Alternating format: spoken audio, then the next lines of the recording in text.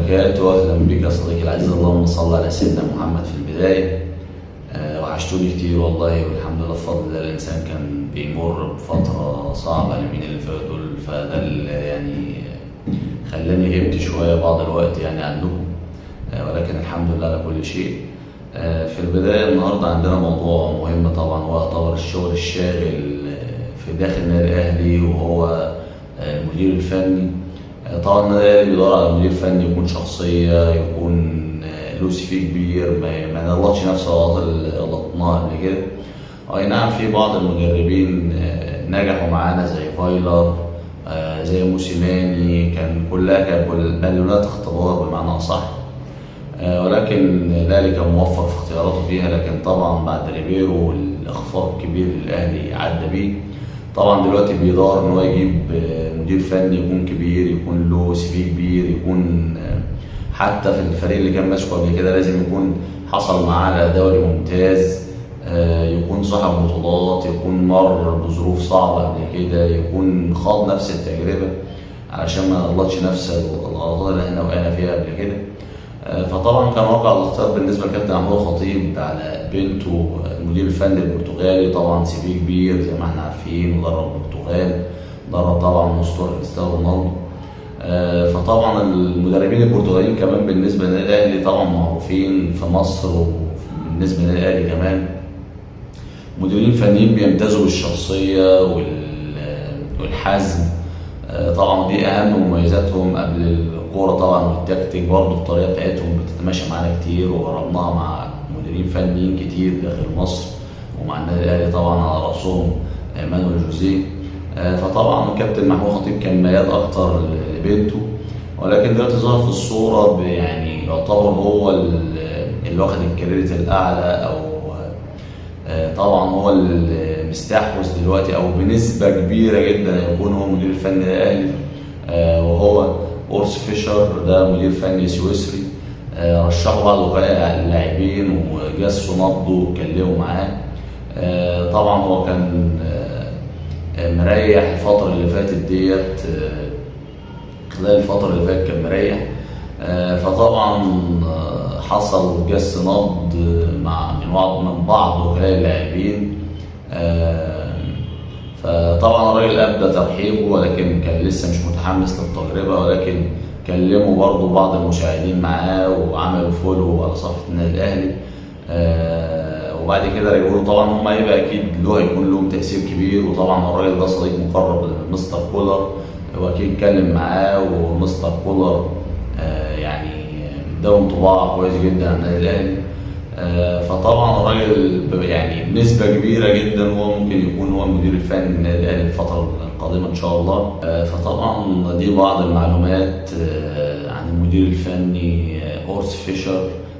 طبعا بدأ اول حاجه بعد اعتزاله كره القدم، ده برضه لازم يكون المدير الفني يكون يعني اقل ما فيها لازم يكون مارس كره القدم، يكون عنده الاحساس باللاعبين، عنده الاحساس بالملعب، عنده لعيب الكوره مختلف عن اي حد تاني. يعني ريبيرو قبل كده برضه دي جزئيه فيه، مش يعني كل قاعده شواذ، مش كل الناس هتبقى طبعا مورينيو ما لعبش كوره قبل كده، ولكن زي ما قلنا كل قاعده شواذ، فطبعا مش هيبقى كل الناس هتمرن هتبقى زي مورينيو. فريبيرو ما كانش لاعب او مارس كره القدم قبل كده. فطبعا بعد ما اعتزل كره القدم أورس فيشر اتجه للتدريب في نادي زيورخ للشباب، مسك الاول في الشباب وعمل شغل حلو جدا مع الشباب، وبعد كده تصعد مسك مساعد الاول للفريق الاول في نادي زيورخ، وبعد كده هو تولى المدير الفني القائم باعمال المدير الفني في نادي زيورخ. وطبعا بعد كده منه راح لنادي سون في الدوري السويسري، برضه عمل معاهم وحقق معاهم انجازات كويسه، ولعب معاهم الدوري الاوروبي. وبعد كده مسك نادي بازل، يعتبر هو النادي الاكبر، فاخدها تدريجيا. ده كان بيدل ان الراجل ده صاحب عقليه متطوره وعنده تطلعات وبيغير من الاستراتيجي بتاعته باستمرار. فطبعا لما مسك بازل خد معاهم الدوري مرتين 2 متتاليتين، ومنها برضه بعد ما كده خد كاس سويسرا برضه مع بازل السويسري. صعد بيهم ولعب معاهم الشامبيونز ليج، ولعب معاهم في دوري المجموعات في الشامبيونز ليج. وبعد كده راح نادي يونيون برلين بقى الدوري الألماني، ودي كانت يعتبر اللي هي المحطة الأكبر في تاريخ فيشر. طبعا لما راح لعب يونيون برلين كانوا في الدرجة الثانية، قادروا الصعود لدوري الألماني الممتاز البوندسليغا لأول مرة في تاريخه، ثم بعد ذلك قادروا للعب في دوري أبطال أوروبا لأول مرة في تاريخه بعد احتلال المركز الرابع في الدوري. حاز على جائزة أفضل مدرب في الدوري الألماني وأفضل مدرب سويسري في موسم 2022 و 2023، وعمل مع يونيون برلين لمدة 5 مواسم، وحقق معه المركز السابع في أول موسم في البوندسليغا، وأهل اللعب في دوري المؤتمر الأوروبي، ثم بعد ذلك المركز الخامس، وأيضا شارك معه في الدوري المؤتمر الأوروبي، ثم بعد ذلك المركز الرابع واللعب في دوري الأبطال مع الكبار طبعا. في 15 نوفمبر 2023 بعد سلسلة من النتائج السلبية انتهى التعاون بينه وبين النادي بالتراضي. قاد يونيون برلين في 224 مباراة حقق خلالها 95 فوز و58 تعادل و71 هزيمة. في آخر موسم طبعا يعني مر بقى من نتائج سلبية كتير، على إثرها تم عدم التعاون ما بينه وبين نادي يونيون برلين بالتراضي. طبعا قضى معاهم 5 مواسم كانوا على أجمل ما يكون، ولكن كان في بعض التعثرات وفي بعض المطبات في الأواخر خالص، ما كانش مر بأحسن حاجة. أوقات طبعا بتيجي بعد في أواخر التجربة زي ما شفنا مثلا مع كولر مع موسيماني، بيجي طبعا بيحصل هبوط في المستوى او بيحصل عدم شغف، فطبعا الراجل رايح بعد منها ولا انا هريح، وطبعا الدنيا معاه كويسه جدا ومرتاحه، ولا انا عايز افضي نفسي طبعا وافضي دماغي بعيد عن الضغوطات، بعيد عن الكوره، بعيد عن كل حاجه. هنيجي هنا طبعا لمميزاته ولعيوبه. كل مدير فني له مميزات وله عيوب. طبعا هنا في مميزاته ان الراجل ده يعني راجل شخصيه، راجل بيلعب بطريقه 5-3-2، ودي طبعا طريقه ناس كتير بتشوفها زي ما لعبها مثلا كابتن حسام حسن الماتش اللي فات. وبيلعب برضه 3-4-3، دي اهم الخط اللعب اللي بيلعب بيها، ولكن اكتر خطه بيلعب بيها هي 3-5-2. في ناس تشوف ان هي طريقه دفاعيه، ولكن الطريقه يا جماعه اهم حاجه في التنفيذ مش في المسمى بتاع الطريقه. مش لازم انا بلعب بطريقه ايه، بس المهم انا بنفذ ازاي، او بعمل ايه داخل الملعب، انا محفظ اللعيبه ايه. حتى لو انا مثلا عندي استحواذ ما بلعبش استحواذ سلبي وخلاص. الراجل بيعتمد برضه على ضرب الخطوط، بيلعب على السرعه، على التحولات، ما بيحبش التدوير الكتير، ما بيحبش اللعب الاستهلاكي الكتير، وبيلعب الكرة دي كتير. يوريشيتش في بيراميدز بيلعب الكرة اللي هي كسر الخطوط على طول من نص الملعب، ما بيحاولش ان هو يدور كتير، كورته مباشرة على طول، ما بيحاولش ان هو يدور الكرة كتير ويستهلك وقت كتير في الفاضي ويلعب. قلنا يا جماعة دي لازم تبقى في بعض الاوقات، مش طول الوقت ادور كورة واستحوذ. استحواذ مطلوب ولكن بايجابية، ويكون في سرعه، في مباغته للدفاع، ما يبقاش الموضوع كله مقتصر على التدوير وانت تخلي الخصم تاني يرجع يتمركز تاني. فطبعا دي اهم طرق اللعب اللي بيلعب بيها الراجل. طبعا العيوب اللي عنده طبعا هو بقى له فتره كبيره ما بيدربش، ده يعتبر انا بشوفه، يعني الناس بتشوفها ان هي عيوب، ولكن انا اشوف ان ده احنا جربناه قبل كده مع كولر كان جاي مريح، ولكن انا اشوف ان دي اوقات بتبقى كويسه، مش مضره للمدير الفني ان هو يكون عاد حساباته وطور من نفسه وطور من ادائه الخططي والتكتيكي والفني، وعمل ريفريش زي ما بنقول. شفنا ده مع كولر طبعا لما جه مع الاهلي عمل نتائج ساحقه وسيطر على كل حاجه. فشوف ان ده عيب ومش عيب، يعني لو قدر يتغلب عليه زي ما شفنا ده مع كولر زي ما قلنا. تاني عيب الناس بتقول ان هو كورته دفاعيه اكتر منها هجوميه، ولكن احنا اتكلمنا في الجزئيه ديت ان هو اهم حاجه التنفيذ مش المسمى بتاع الخطه. وانا اشوف ان قلت الكلام ده قبل كده ان دي افضل طريقه للنادي الاهلي بشوفها ان هي مش طريقه دفاعيه خالص، هي طريقه هجوميه. نلعب بثلاثه في القلب، ونلعب قدام منهم ديانج، وبعد كده قدام في نص الملعب اتنين تمانيات طايرين، محمد علي بن رمضان وامام عاشور، مهاجمين اتنين، بن شرقي وليكن وجراد يشار او محمد شريف، وفي نص الملعب بقى واخدين الاجنحه وطايرين. على اليمين هنا زيزو، وعندك هنا على الشمال تريزيجيه. يبقى انا اديت حريه كبيره جدا جدا، وتبقى طريقه خططيه هجوميه رهيبه. يعني اشوف ان دي طريقه اصلا هجوميه مش طريقه دفاعيه خالص. ولكن الطريقه بتعتمد مين بقى العناصر اللي بتنفذ. اهم حاجه العناصر اللي بتنفذ الخطه، مش اهم حاجه المسمى بتاع الخطه. في بعض الاوقات انا ممكن احتاج الخطه دي تنفذها ان هي تلعب هجوميه زي ما قلنا بنفس التشكيل ده كده، ده كله يعتبر طاير كله. وبعض الاوقات مثلا لو انا بلعب خارج ارضي ولا حاجه، نفس الطريق نفس المسمى بتاع الطريقه، ولكن العناصر اللي بتنفذ الخطه دي ناس تكون دفاعيه اكتر. مثلا مكان زيزو احط محمد هاني مثلا وليكن سي، احط مثلا على الشمال مكان زيزو احط مثلا محمد شكري. يبقى الناس الدفاعيه بتاعتها اكتر. واوقات انا بشوف زيزو وتريزيجيه يعني يقدر ينفذ الطريقه الهجوميه ونفس القصه برضه الطريقه الدفاعيه بنفس القوه. عندهم الشراسه الدفاعيه برضه مش قليلين دفاعيا.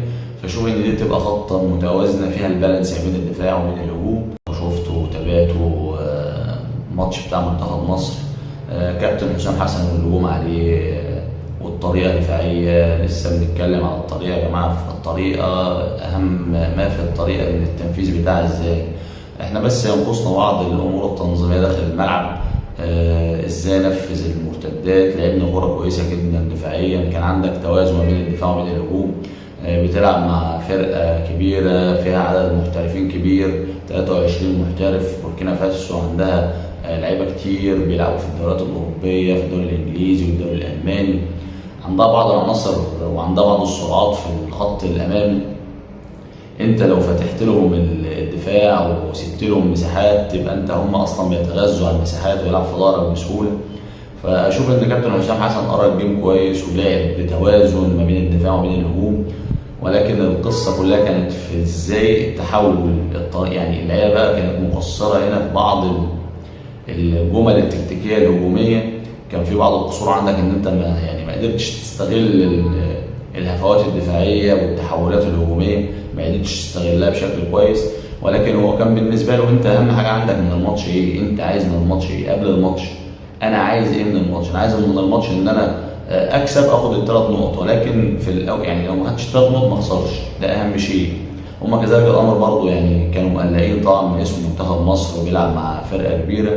فبرضه كان بيحاول ان هو ما يفقدش اماله في التاهل لكاس العالم. بيلعب. قدرت ان انا مقفل برضه، يعني قدرت اجيب جون من ضربه ثابته، من ركله حره، من ضربه ركنيه، من تحول. قدرت اجيب. ما قدرتش برضه هو نفس الكلام، عنده تحفظ كبير علشان يحافظ على حظوظه. طبعا هو بيلعب حتى لو هو ما تاهلش، يعني ما قدرش يقلل عدد النقاط ما بينك وما بينه. ما يخسرش الحته اللي هي بتاعت ممكن يصعد احسن ثواني، يعني ممكن يصعد من احسن ثواني. فهو كمان كان بيلعب على الحته ديت، ما كانش عايز يفقدها وان هو يخسر فيفقد الامل الكبير ده. فطبعا كابتن حسام حسن اشوف ان هو لعب بطريقه كويسه. الملعب برضه مش احسن حاجه يا جماعه، بنلعب بالنهار في حر. احنا شفنا ياما كتير قوي مديرين فنيين كتير جدا، وشفنا الجيل الذهبي ابو تريكه وعماد متعب، كنا بنقدم احسن كوره، وكنا بنقدم فعلا ككوره ما شفناش كوره بعد منهم طبعا. وكان جيل اسطوري بمعنى الكلمه، ولكن كنا بنخسر اوقات كتير، نقط كتير، وما صعدناش كاس عالم اطلاقا. كنا بنخسر من الفرق الصغيره زي كده، بنخسر منها نقاط، وكنا بنخسر اوقات ماتشات خارج ارضنا. فاحنا مش عايزين نقصه يا جماعه. مش ذنب كابتن حسام حسن ان هو بيلعب في مجموعه ساده، ولكن هو خد اللي هو عايزه من التصفيات. ان شاء الله باذن الله هنشوف بقى الكلام ده كله في بطوله الامم الافريقيه. هنشوف طبعا مع التجمعات اوقات كتير الناس ما بتتجمعش. انا مش معاه او ضد كابتن حسام، ولكن احنا بنديله بعض الوقت ان هو يقدر ينفذ الفكر بتاعه وهو عايز ايه من كل ماتش. احنا بنشوفه هنا بيلعب بكثافه هجوميه بطريقه رهيبه. هتقول فرق صغيره، لكن زي ما احنا قلنا اتكلمنا فرق صغيره، احنا ياما تعثرنا قدامها كتير. فطبعا هيبقى الشغل الشاغل طبعا في الافريقيه، ازاي هو هيلعب وازاي يقدر يبقى يجمع الخطوط ويبقى عندك تحولات هجوميه وعندك تقارب وتجانس. ده كله هيجي بقى طبعا مع التجمع. الفرقه كتير لما تتجمع مع بعضها اكتر يبقى في تجانس ويبقى في تقارب ويقدر يوصل الفكر بتاعه الخططي، وهيبقى الحكم الاكبر عليه في الافريقيه.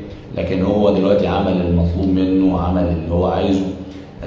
وطبعا برضه احنا ما استغلناش كتير. هو لعب برضه في الشوط الثاني ان هم هيبداوا يفتحوا حتى يبدا يغامر، وشفنا الكلام ده في الشوط الثاني. هيبدا يفتح الخطوط بتاعته ويبدا يحاول في اخر 10 دقائق ربع ساعه ان هو يخطف جون. قدر ما قدرش خلاص، لانه زي ما احنا قلنا عايز يحافظ على حظوظه.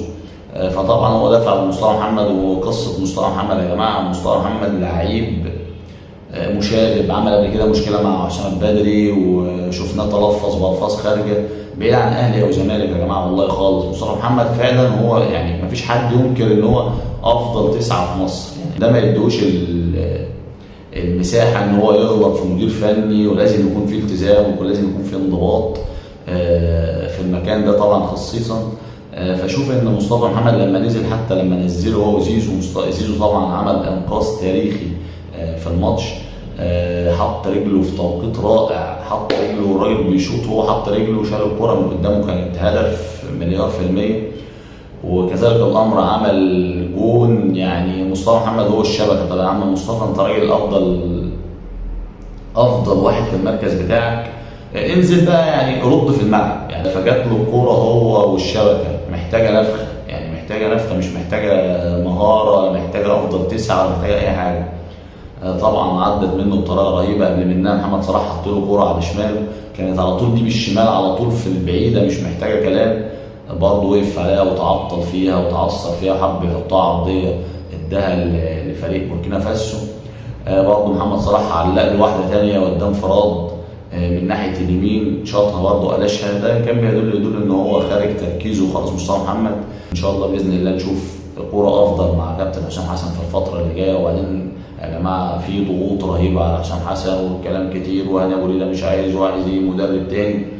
فاحنا عايزين ندي كل واحد المساحه بتاعته ياخد فرصته. احنا ياما جبنا مدربين كتير قوي اجانب ما عملوش اي حاجه يا جماعه، خدوا دولارات كتير وصرفنا كتير وعملنا ما شفناش اي نتيجه. لا شفنا اداء ولا شفنا لعيبه صغيره، ما فيش الا ربما كيروش هو كان يعتبر هو افضل حد شفنا معاه كوره، طلع بعض الناشئين لينا وطلع بعض اللاعبين. خلاف ده ما شفناش اي حاجه. اجيري ده جه ما عملش اي حاجه. ناس كتير يعني بدون ذكر اسماء سواء كانوا مصريين او اجانب ما شفناش اي حاجه. فاحنا كلنا ورا كابتن حسام الى ان يثبت العكس ان شاء الله باذن الله، ونتمنى له التوفيق في المرحله الجايه. وطبعا لو وصلنا لهذه الدقيقه معاه ان شاء الله باذن الله، اتمنى حضرتك لا تنسانا من الدعم، اشتراك وتفعيل اللايك، نصل ان شاء الله لاكبر عدد كبير من المتابعين. وفي الختام سلام.